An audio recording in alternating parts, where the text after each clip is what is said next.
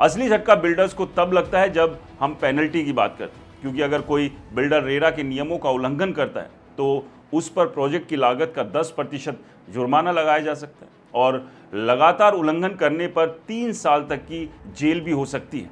यानी अब सिर्फ पैसे का खेल नहीं बल्कि जेल का डर भी है। और यही वजह है कि फैसला रियल एस्टेट सेक्टर में पावर शिफ्ट माना जा रहा है। जहां पहले बिल्डर राजा था और खरीदार बेबस, अब खरीदार के हाथों में कानून की ताकत आ गई है। और इस पूरे बदलाव को समझने के लिए आपको रेरा के बैकग्राउंड को भी समझना होगा। 2016 में लागू हुआ रियल एस्टेट यानी रेगुलेशन एंड डेवलपमेंट एक्ट का मकसद था ट्रांसपेरेंसी और अकाउंटेबिलिटी ला, लेकिन सालों तक अनरजिस्टर्ड प्रोजेक्ट्स एक ब्लैक होल बने रहे जहां कोई रेगुलेशन काम नहीं करता था और लाखों लोग फंस जाते थे। ना पैसा वापस मिलता था ना फ्लैट।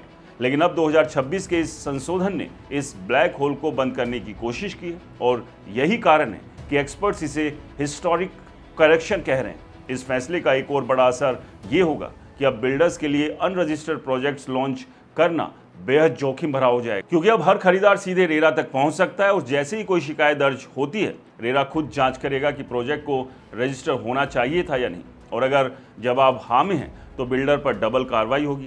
पहली, खरीदार की समस्या सुलझाई जाएगी और दूसरी, नियम तोड़ने के लिए सजा भी मिलेगी। यानी अब बचकर निकलने का कोई रास्ता नहीं। यही नहीं, इस नए सिस्टम का एक बड़ा फायदा ये भी है कि इससे अनरजिस्टर्ड प्रोजेक्ट्स धीरे धीरे रेगुलेटरी फ्रेमवर्क में आ जाएंगे, क्योंकि शिकायतें बढ़ेंगी तो रेरा उन प्रोजेक्ट्स को ट्रैक करेगा और उन्हें रजिस्टर कराने के लिए मजबूर करेगा और इससे पूरे रियल एस्टेट सेक्टर में ट्रांसपेरेंसी बढ़ेगी। लेकिन यहाँ एक सवाल भी उठता है, क्या ये सिस्टम पूरी जानकारी से खरीदार के पक्ष में है?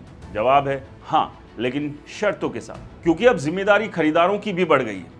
आपको अपने सभी डॉक्यूमेंट्स जैसे agreement, payment receipt, booking form सभी संभाल कर रखने होंगे, क्योंकि बिना सबूत के केस मजबूत नहीं होगा। और यही वो पॉइंट है जहां ज़्यादातर लोग गलती करते हैं।